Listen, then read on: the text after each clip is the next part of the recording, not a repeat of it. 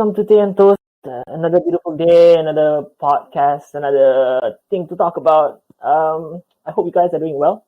With all the corona thing, and again with the PKP, everybody's sitting at home for the billionth time. We're just waiting for our moment to be free. At this point, we're just wasting our youth sitting in front of a laptop screen or whatever you guys are doing. Anyways, I hope you guys already registered for the vaccine. The ones who have taken the AstraZeneca one.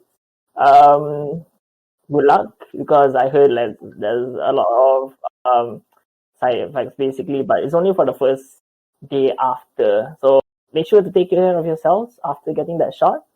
And yeah. So anyways, today we're having a really special episode. This is a part of my final year project with as well as my classmates from interpersonal communication. We're all interpersonal communication students basically from UITM. So we're doing this final year project about esports. You know, everybody is at this point in time, everybody wants to become an esports player, you know, but most people think like, hey, esports is just, just you playing games. What more is there to it? Actually, it's a lot more. So our main goal for this event that we're holding is actually to dive deeper into esports, like what goes on inside an esports. Actually, nobody knows. Not many people know that actually an esports team is actually similar to a sports team, basically.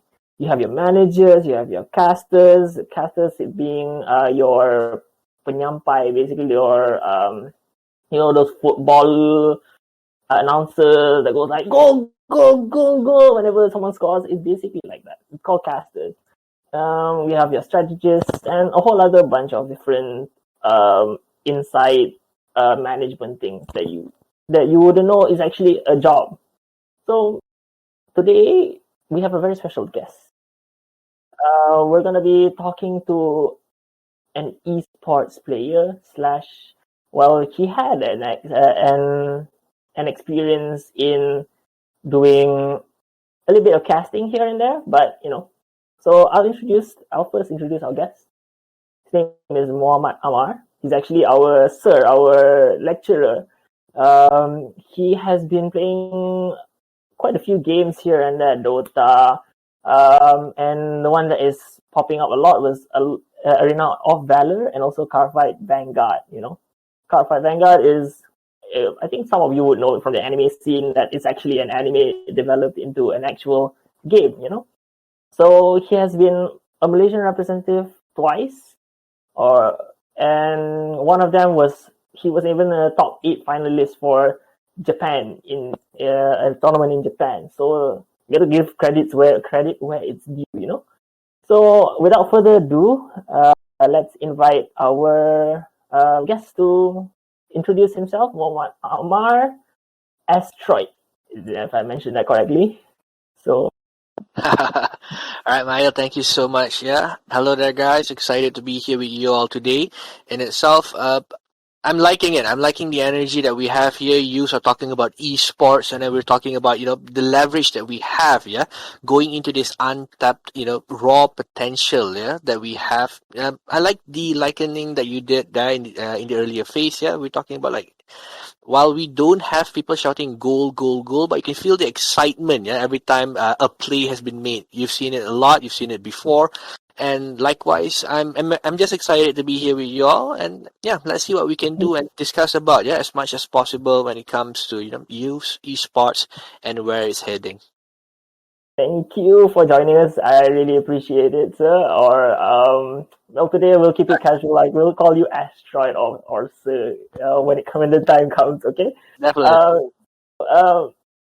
Being an esports player, what was like the main problem that you had, like the main view that people had on you when you say, oh, I play esports? What was their first look and intake on you? Oh, that depends on the generations that I've been playing, yeah.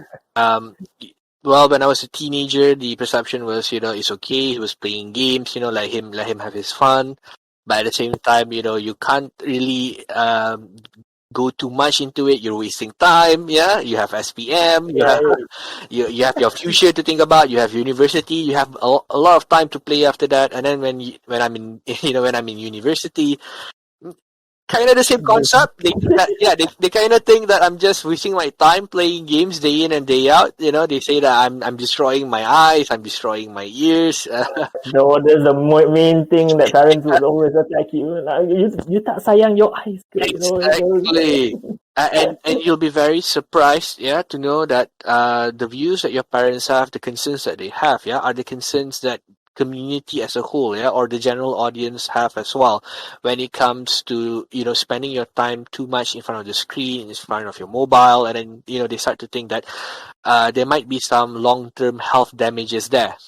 Yeah, because even you're not at that exactly, time. yeah, it's not exactly, sorry, it's not exactly like playing actual physical sports, right? You're not actually going out there and actually, Moving your body around. yeah. Well, that's another misconception. Like people would say, a lot of people would say, esports is not actually a sport.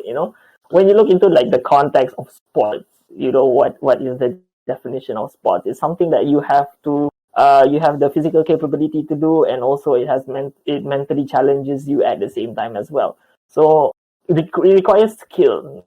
Even those games, you seem like, oh, it's not that much. You just point and click. What else are you supposed to do? Well, when you actually dive into it, you actually find out how difficult and how hard it is to actually play that certain game that you doubt. Yeah. So yeah, like seeing how you were basically, when I heard you were an esports player and teaching us, I got very excited. It feels like I'm finally with someone who understands why we play games so much. Yeah. So being over the course of the years, like what kind of games did you start off with? Like what kind of games you like? Oh, I want to play this competitively. I want to join this competition. Like where do you? To be honest, it all started out with just console gaming. Yeah, it came from the Game Boy. Actually, yeah, the very first Game Boy Color. During my time, I feel so old talking about it. Yeah, I don't think anybody even knows what a Game Boy is anymore. Uh, it comes from there. Yeah. When I heard that when I was 8 years old, and I heard that Pokemon has like a really competitive scene, and it's very retro now. If I show you a video clip of it, it's superbly retro. How people sit side by side, or front to front, and then they have a cable connecting them. Yeah, that's like the earliest form Those were of the days. those were the days. Yeah, and I guess that's where my interest came in. I was in Japan, and I saw that they were playing this, and I got very excited. I said that, oh, so there are actually people out there playing this, and then there's some form of reward for it. Yeah, but in itself, after that, yeah, so I developed from there, and then it goes into, of course, yeah, every high school Malaysian kid would go through the Dota phase as well. I'm Actually, I didn't go through the Dota phase actually. it was a pretty big thing for the early 2000s, yeah, because we were very excited. Cyber cafes were a thing. We can't afford all those expensive computers, and it was very expensive back then. Yeah, that's where the interest developed. Yeah, but of course there were a lot of obstacles to it, and I'm pretty sure we can discuss about that later on. Yeah, but yeah, that's where the interest first developed. You have friends playing with you, and then you think that this is pretty fun.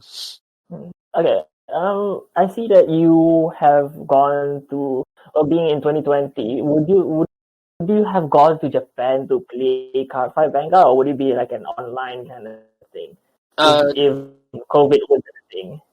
Actually, I was in Japan actually for the 2020 tournament. Yeah, it was early January. There's no border control yet at that time.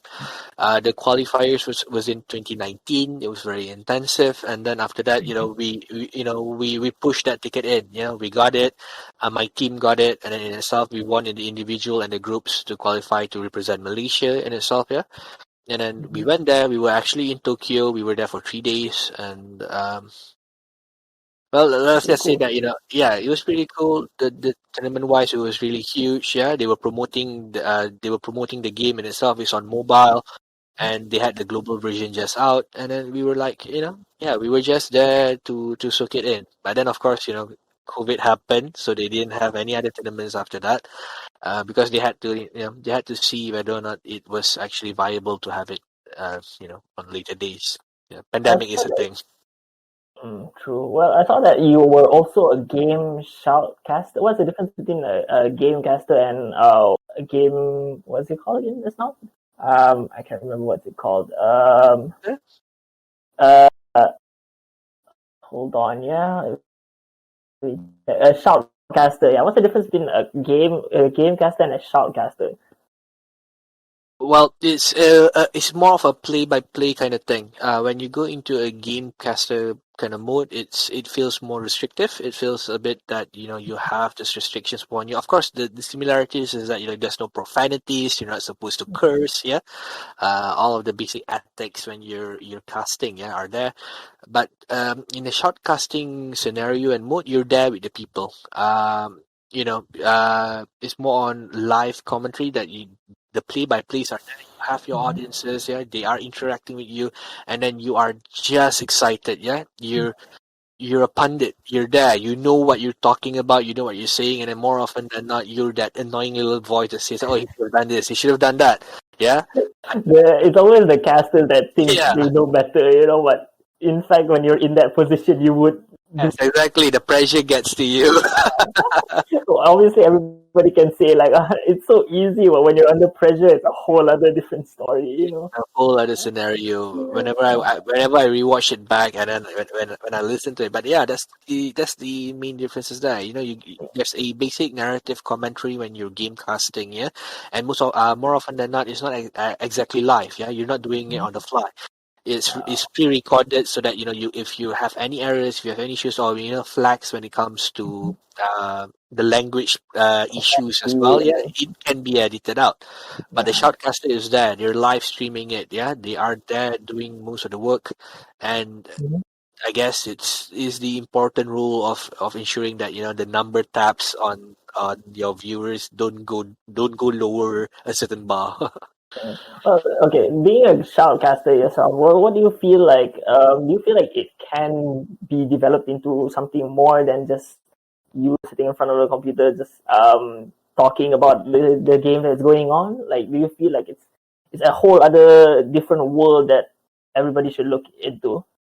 It's definitely a viable position. You see, when people think about esports, they think that you just have to be a player and then that's it. That's all about esports is. You're the player, you're playing it, but they're not thinking about the background work. They're not thinking about there's potential in you organizing the game. There's a potential you working with the system there, and then when it comes to shoutcasting as well, yeah, it's more than just sitting behind your screen, yeah, in front of your screen, and then having the webcam there. There are a lot of things that you have to think about. You have to think about what to say, how to act. Yeah, monotonous commentary does not get anyone's attention, right? Yeah, It gets stale. very true. But yeah, I mean, when the games go on for 6 to 8 hours, yeah, and they do, yeah, there are certain games that I actually casted for over 8 hours, yeah, and then the breaks are about 10 to 15 minutes in between.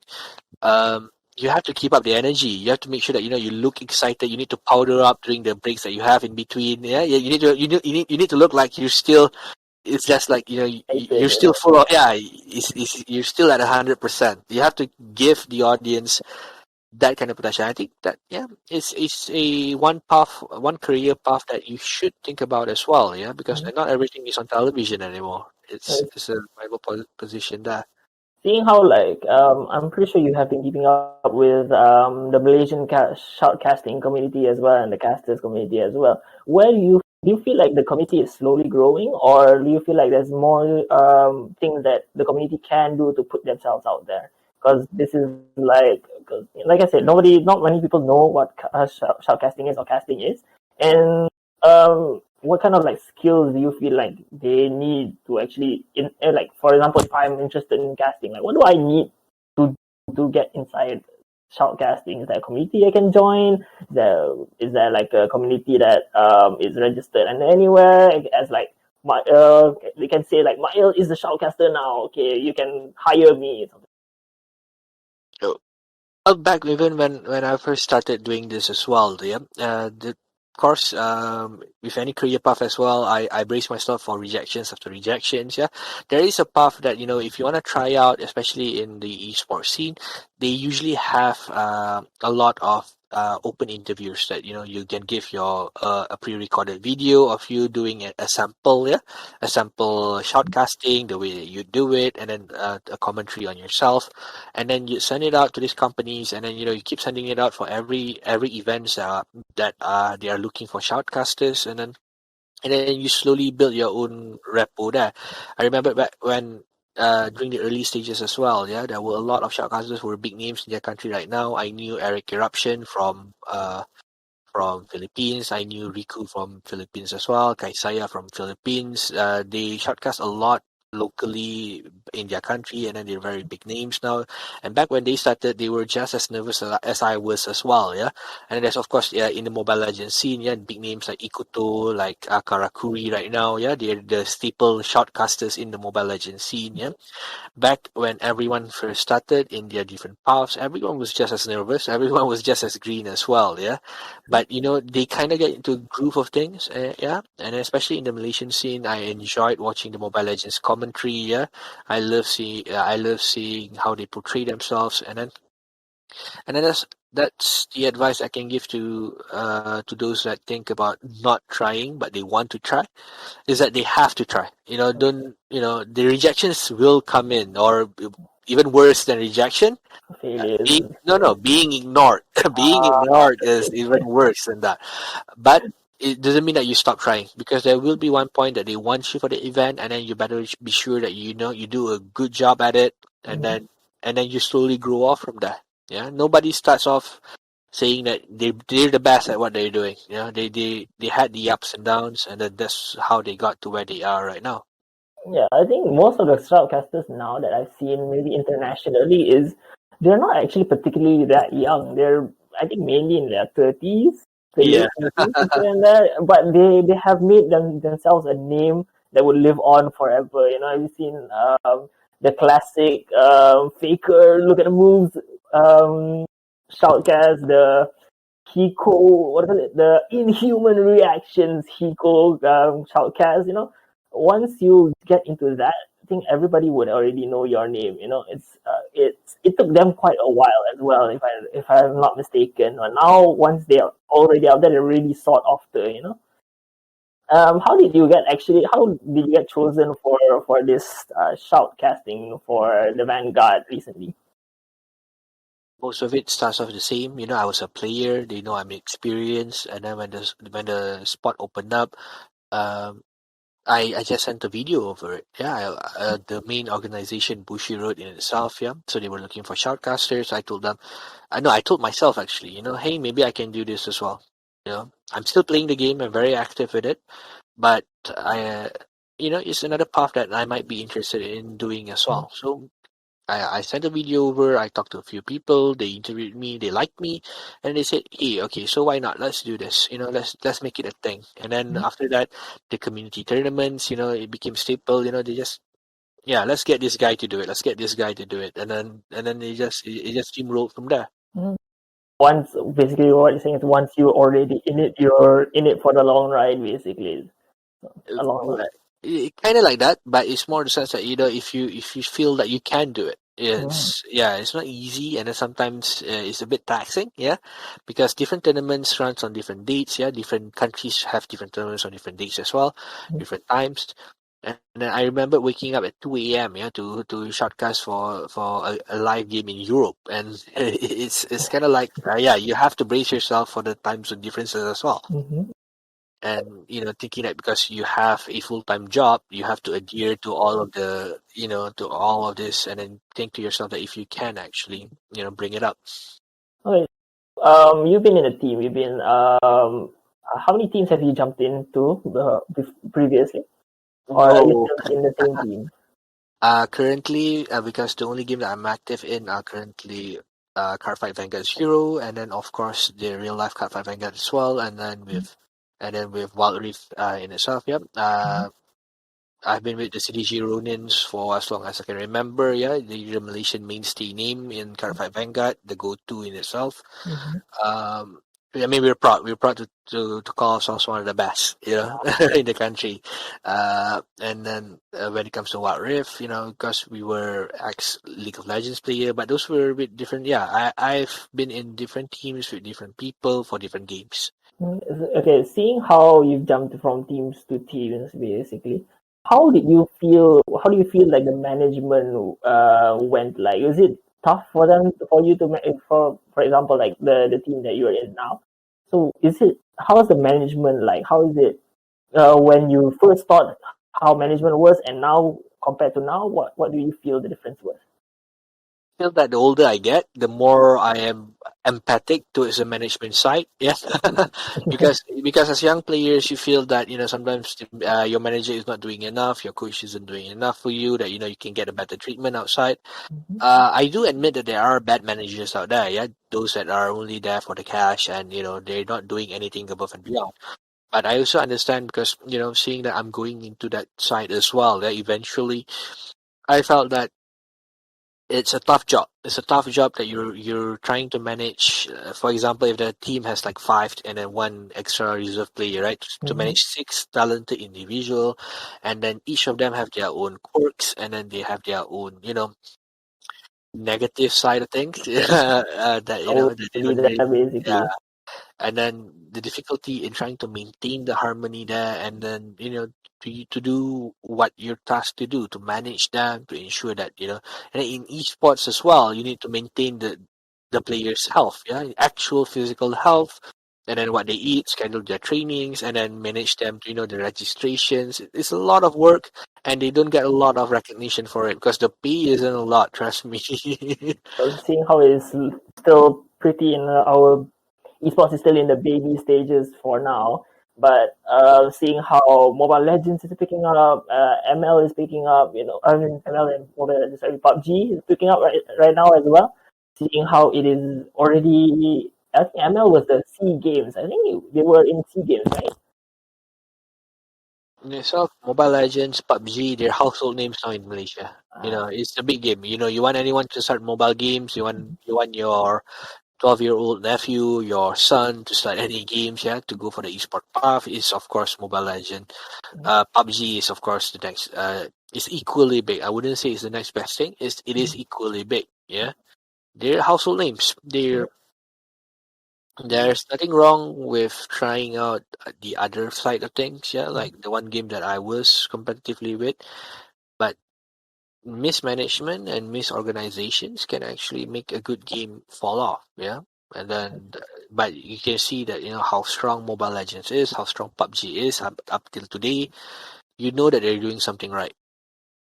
Management wise, you've gone through many things basically, and now you're slowly learning into management. So are you saying that you're going to go into management after you retire from Uh, Cloud5, I guess?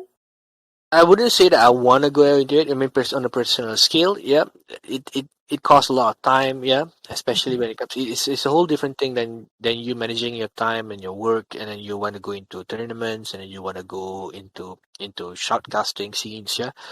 Uh, in itself, I don't know. When it comes to being a manager itself, I'd say that it has to be right. It has to be the right game. It has to be the right scene. It has the right moment. But for now, no plans for that. But I am invested in learning that side. Yeah. Okay, I see.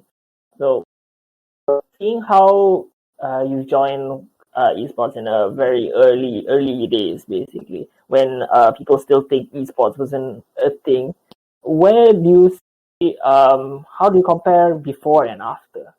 Today and the days before, how would you compare the esports then and now? Oh boy. In itself, I feel that there's a lot more acceptance today. Yeah.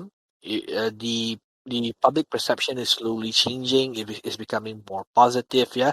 We don't have excessive sins like we do abroad. Yeah. For example, what's happening in mainland China, a lot of their players, too obsessive. and then sometimes they, health issues are deteriorating, the things that we worry about that we don't want to portray in esports. Yeah. So, and then of course, community perception in itself. Well, once upon a time they say that, imagine that you're 26 and then you're still playing video games. They call you, they call you a child. They call you immature. But then trying, yeah, you try that back in the early 2000s, and then you're trying it now in 2021. Vastly different results. Yeah. But not to say that everyone can make it. That's not the mainstay. I don't want people to take risk to forego education to go into it. But the perception here is that you can have it both ways. Yeah, you can have the whole cake and eat it too. You can have an educational background, you can have a stable job, and then you can still be a professional player itself. Look at Hiku from Valorant. Yeah, he has a stable day job, and he's still one of the best players there is in Valorant. He used to be a big staple in CS:GO scene during back in the day. You as well. I used to play I used to play a lot of CS:GO during the back in the day, and wanting to be one of these players is kind of like rough, seeing how actually there's actual skill involved in flicking around, planning, and actually the teams also play a major part in even though players play a major part in games, they're the playing, but there are people behind them who plan out for them as well, like the strategists and as well. Did you have like anybody telling you what to do or like telling you how to do things here and there? Back when I first started, not so much. But when we actually got to the national stage and into the international stage, it was actually a pretty. It was a big wow moment. It was a big wow moment when you found out that, oh dude, we have a strategist. Yeah, we have a guy actually learning about what our opponents are doing. I mean, we do that too, but then this guy right here is doing it in depth. Yeah, it's his job to make sure that he covers every role, he covers every little loophole that we missed, and then we were, at first we were a bit perturbed, but after that, we just kind of got used to it. And Mm. it's one less thing that you have to do that will, that will that will impair you in any way. But then you have a guy here that can cover for you just in case. But it is a vital role. If you don't listen to the guy, then why bother having him in the first place, right? You gotta listen to the guy. Uh, fair. Because it's kind of rough seeing how basically I've been watching League of Legends as well, and you see those people. If you have actually watched an esports event, you'll see there's like people on microphones standing behind the players, talking to them with their notes and pads. Like, okay, this is this, telling them what is what. Like, how did you feel like? Do you sometimes feel like these strategists don't know what I'm doing? Like just buzz off.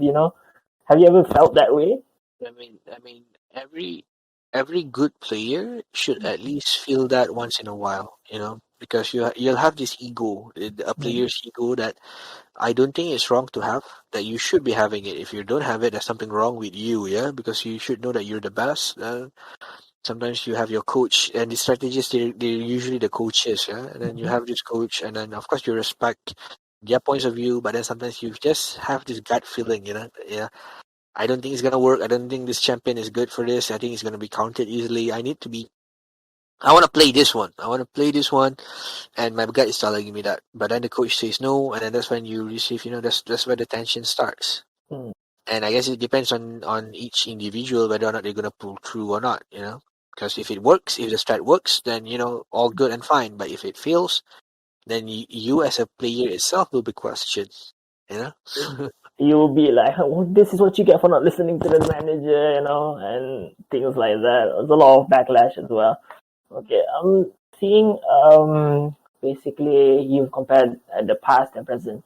The government is slowly getting involved into this, and I really enjoy seeing it being involved slowly. Like, what kind of games do you feel like has a high potential in Malaysia that should be pursued by the government or players, shoutcasters, managements, or managers and such? off the top of my head, it's always about profit returns. Yeah, so it comes to it, if you want it to be a success at an early stage. Yeah, so the esports can be, the doors can be open Mm-hmm. for to be accepted fully in Malaysia. You need to gun for those that has the highest profitability and then the highest rating in itself. Yeah, and then you need to know your market. You need to know where you're at. You're in Malaysia, so of course, for the top of my head, it has to be Mobile Legend. It has to be PUBG. It has to be CS:GO. And then Dota in itself, I want to say Dota, but then majority of our really really good players are now abroad. They're already abroad. They've already abandoned the The let's scene, not talk about, basically. yeah, let's not talk about the Malaysian scene. Uh, I'm playing in the big times. mhm. Like Yeah. seeing how also you've been playing abroad as well. Have you ever been approached by bigger team names like saying, "Hey, I want you to play with us during this time. Like, I want you to play with us for this game." Have you ever had like those conflicting international teams that call you up? Unfortunately, with my case, because I jump games a lot, yeah, so never had a chance, and I never felt that, even though sometimes when we do get to the world stage, I never felt that I was good enough. Yeah, that was the mentality that I've had. It's I know I'm good, but then when it goes to the world stage, am I good enough on the world stage to go Mm. into this international scene? Yeah, and then of course, you would say that at my point, at my stage just now, I was good enough to go to represent the country, but I wasn't good enough to To bat be. for the highest Yeah, in the to world. be. Yeah, I felt that I myself saw the wall that I was facing. Mm. Well, it's a different stage when you play with the international players, right? Because you don't know how the world outside is. Like in the past couple of years, or like 3 years ago, there's this one scene, one Tekken, if you know Tekken Yeah, 7 or yeah, yeah. anyone. It really kind of like tickles my funny bone a bit, like all this while Koreans have been dominating that scene, the Koreans or Japan, and out comes this random guy, and you wouldn't even guess it where he was from. He was from Pakistan, out of all places, and he destroyed everyone in that scene basically. So everybody in Korea decided out of nowhere was like, "Oh, why is this Pakistan player so good? He's never here before." And now Pakistan is placed on the world map, basically, say on Tekken world map.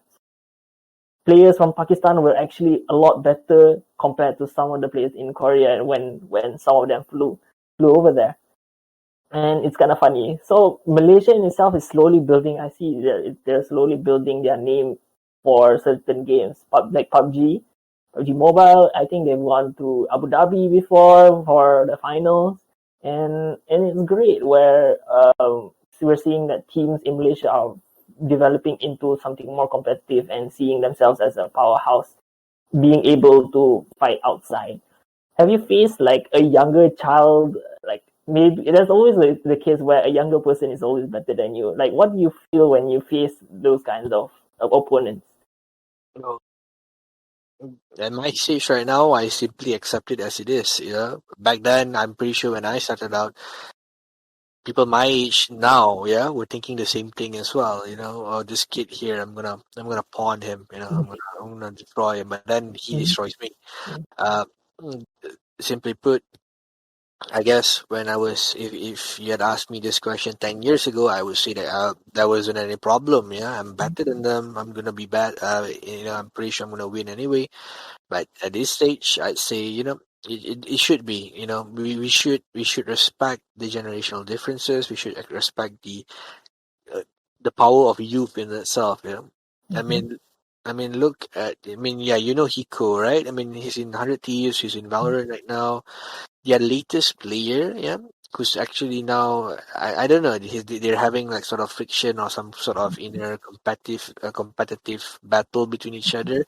Yeah, the 100 Thieves recently hired a 17-year-old, yeah, to be in the same team as this man, and then every time they stream at the same time, people flock to the younger person rather than an older person. No, they spark this battle between the two. Like, you have to say that, oh, Hiko, you're old, and then, look at this guy, he's young, and then he's better than you. Mm-hmm. And then you can see that, even though the guy kept saying that, that's not really the case, we should respect him, guys, and whatnot. You can see the smirk on him, it says that, yes, I'm being acknowledged as being better than the veteran in Mm-hmm. itself. Well, the veteran is a veteran for a reason. He. Well, in these people say he walked so the other person can run. So more Hiko started like I see Hiko's generation like Get Right, Exist, all those Yeah. OG CS:GO players that I admire so much. They paved the way for a lot of people, a lot of like these younger generations to pursue their esports dream. People would say, I play games for fun. Some people get the privilege to say, I play esports for money. For my life. And For your income. yeah, so it's well, being in both sides. You'll never fully understand how hard it is in esports until you actually jump into it. But it's actually when you see it from the inside, it's actually a bigger scene, bigger process than you initially thought it was. So, let's talk about maybe streaming now, because a lot of people are streaming video games and here and there. Would you consider streaming some games if you had the time? First, yes, but currently no, and I'll tell you why. In itself, yes, we do see a lot of streamers today. Yeah, I'm very happy with it. I'm very excited with it. But you see that when it comes to streaming in itself, there are certain criteriums for you to be successful. Number one, you have to be a household name. In Malaysia, you see the name Solos, you see the name Frido, you see the name Penjahat, yeah, Gripax, all this, and immediately people will start flocking to their stream because before they were a streamer, they were competitive players, yeah, they're household names. People know who they are. The same with internationally as well. The name Faker in itself pops up on Twitch. Immediately you go in, yeah. Yeah. Very few very few games become a success, yeah, in the streaming business because of their innovative way of streaming in itself, their content, right? Tyler One, in itself, Pokimane, yeah. Uh, Tyler One is a whole mess. yeah, You but he is extremely successful, yeah. Uh, I mean, disregarding the negative start of his career, yeah, but He's getting better. he got way better, yeah. And then you have the offline TV crew. Yeah, in itself, the content matters. The area in itself matters. I see a lot during the COVID era. People are now going into streaming. Yeah, they go into this line because it is a great alternative. It's good. I say you should push for it.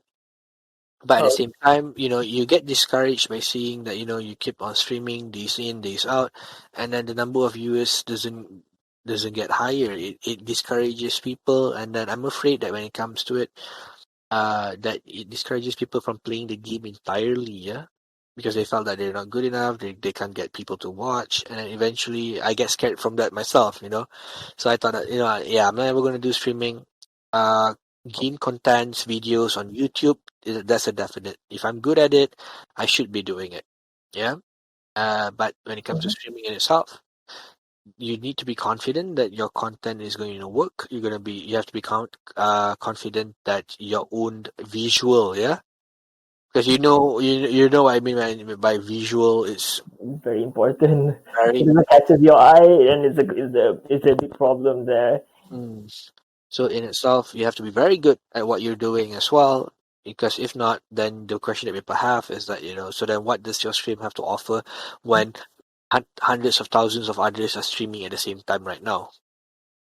Hmm. Seeing how a lot of success stories come from Facebook Live, and then here and there. Recently, not recently, quite a few years back, there was a major blowout of this one housewife who decided to stream PUBG on Facebook one day, Yeah, and now I remember that one. she's one of the most watched players on Facebook Live. You can get lucky sometimes, and it strikes you as well. But casting is a slow process. You need to really build up your name. You need to put your name out there. It may take a while, but once you get there, it can happen, But it requires time and a big name as well.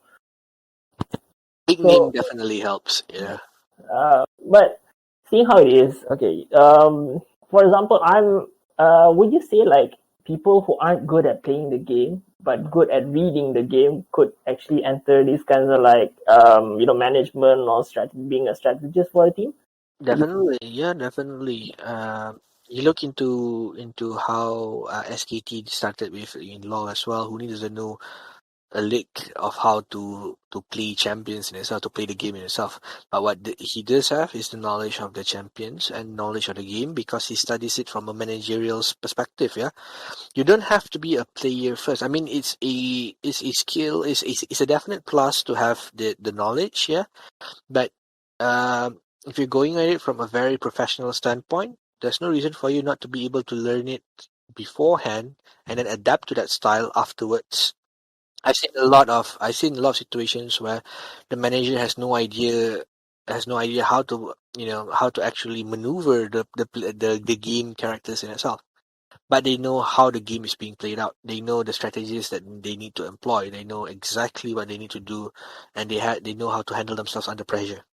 So yeah, it definitely is. But of course, to get yourself to that spot, you need to apply. Hmm, Yeah, if you don't apply, you'll never know. true. Seeing how also there's new bigger teams popping up in Malaysia. What team do you feel like? What teams are there? Do you feel like they have a bigger chance in going further? Like now I used to hear Orange Sports. I used to hear there wasn't much teams back then, but now it's popping out like Bosco, Toda especially as well. Well, where do you see these teams going forward? Feel like there's newer teams that will overtake these teams, or how? It depends. Smaller teams sometimes they get swallowed up by big organizations as well. Yeah, mine wasn't different from my own experience. Yeah, we were a small team. We got absorbed to a big corporation, and then we became a corporate team itself. Uh, It's it's pretty interesting to see the current era right now. You have a lot of community teams, yeah, people who join the community tournaments, to join the small tournaments, yeah, their names get up, and you have to remember, and I respect the people that do that gaming, yeah, they're awesome. They started out small. They themselves started out small, but now look at them.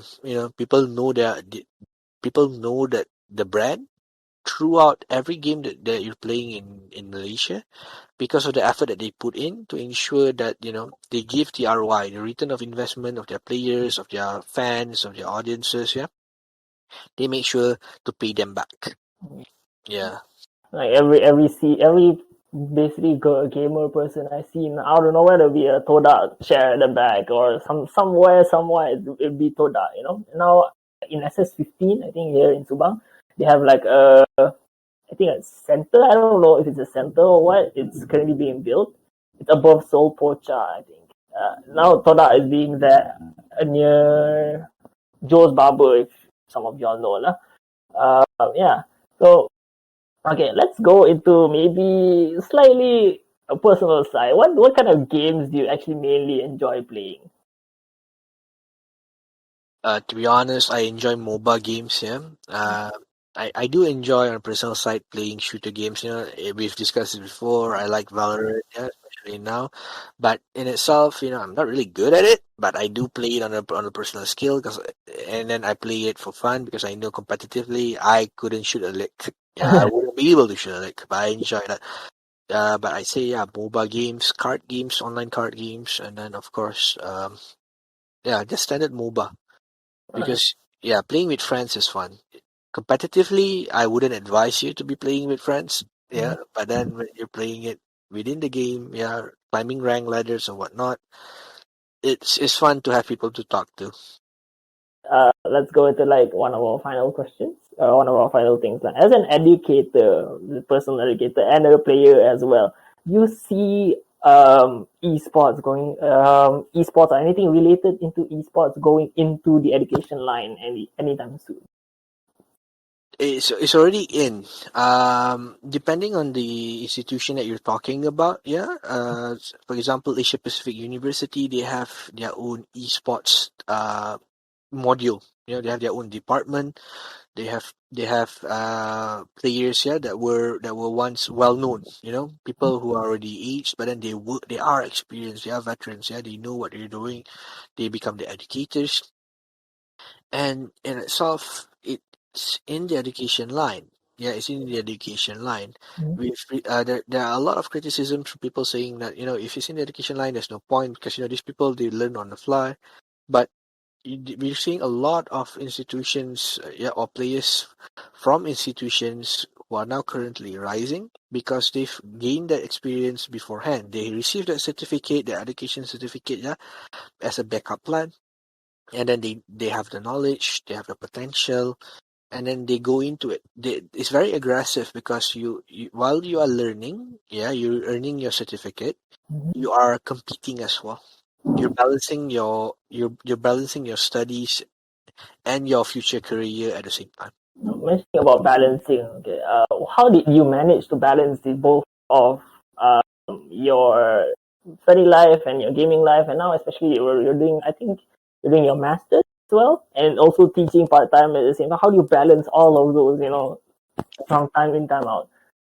Well, if I show my scheduler to anyone, yeah, they would think that, they'll always.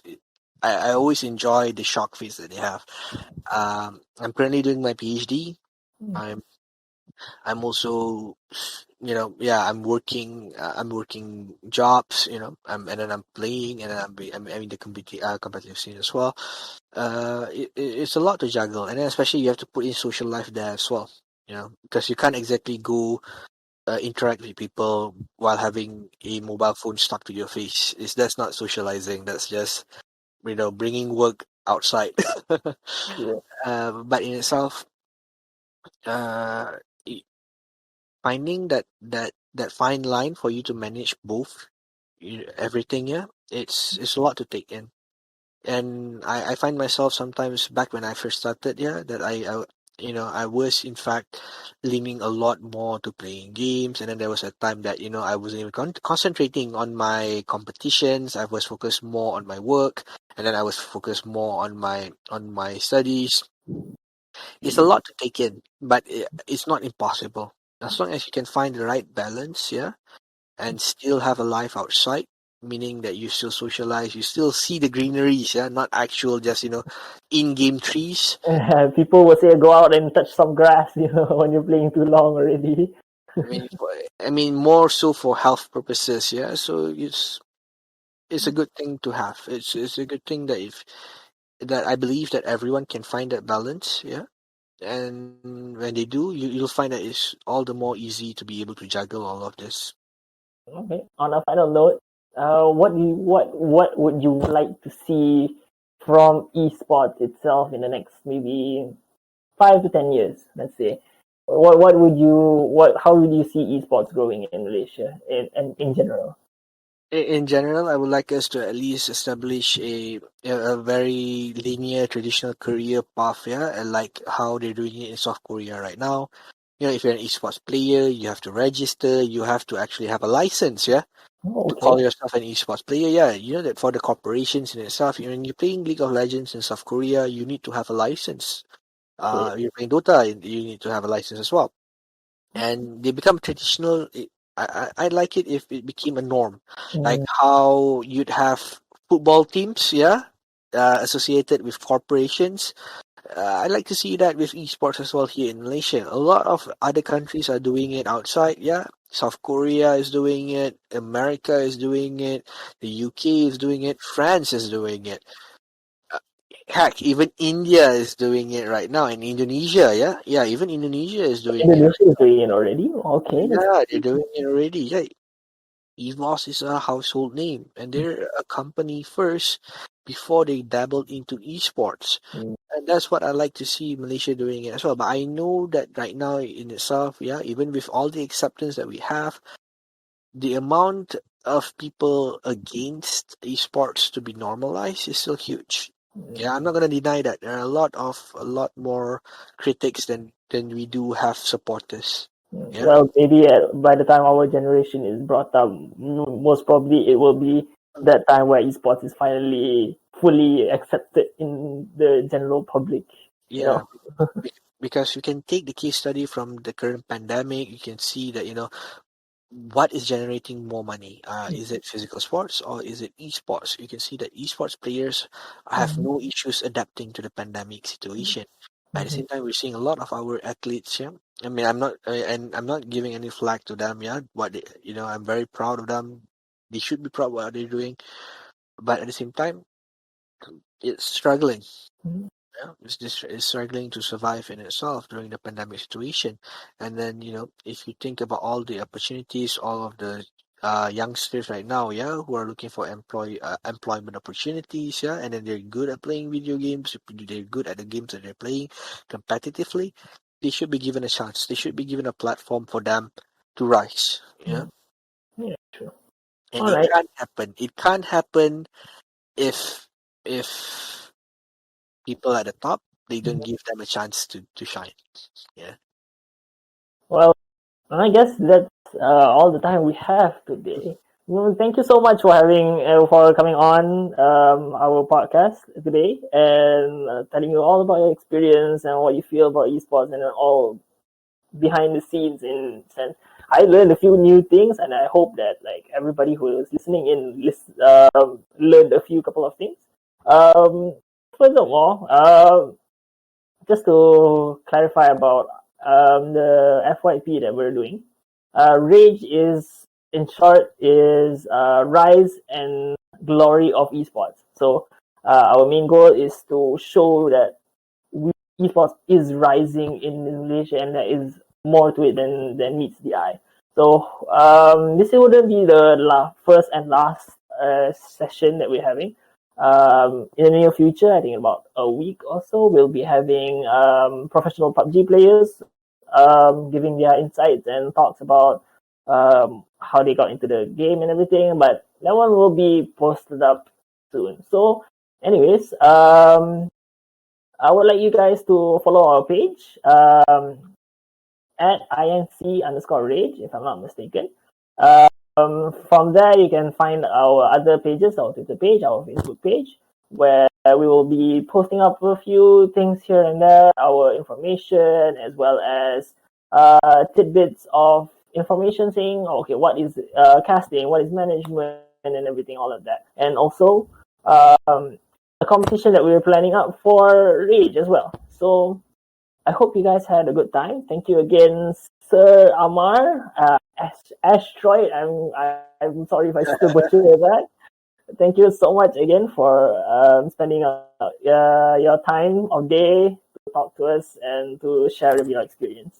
Happy to be here. Happy to be here. All right. Without further ado, from us, the Antos, and also the INC crew from my class. We thank you for listening and hope to see you guys in our events hopefully soon. All right, take care, everyone. Stay safe and please don't go out. It's PKP.